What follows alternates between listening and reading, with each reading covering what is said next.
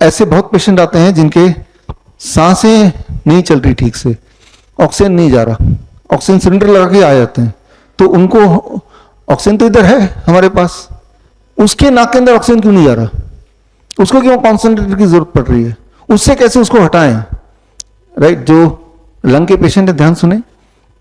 अब जैसे अभी आप और मैं एक जैसे बैठे हैं, अगर आप ऐसे करते हैं जैसे मैंने पोस्चर किया है, तो जब मैं ऐसे करूंगा तो आप देखेंगे आपको सांसें नहीं आएंगी।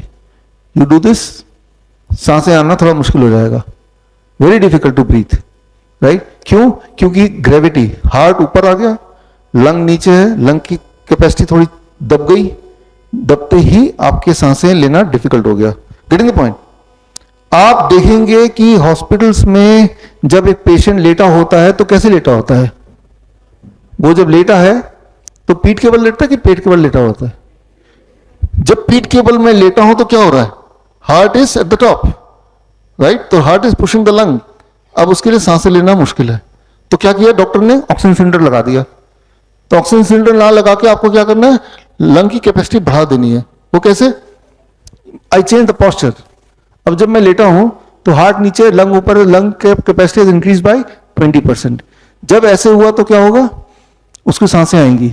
हमें कैसे पता चलेगा सांसें आएंगी? वो खुद बताएगा, या फिर SpO2 मेजर कर सकते हैं ऑक्सीमीटर से। ऑक्सीमीटर का जो आप देखेंगे 15-20 मिनट में उसका रीडिंग जो 60 आ रहा था वो 80 हो जाएगा या 70 हो जाएगा, तो इसका मतलब उसकी ऑक्सीजन सप्लाई बढ़ गई। पेट के बल जब हम लेटते हैं, इसे मेडिकल भाषा में बोलते हैं प्रोन वेंटिलेशन। जब वेंटिलेटर सुना ना, बॉडी खुद ही वेंटिलेटर बन सकती है, पेट के बल लिटा दो।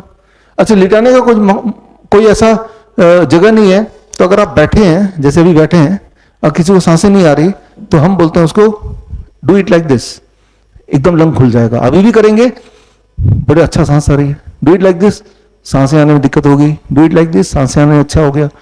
आप ऐसे करके अपना ऑक्सीमीटर से SpO2 मेजर करेंगे तो ज्यादा आ जाएगा।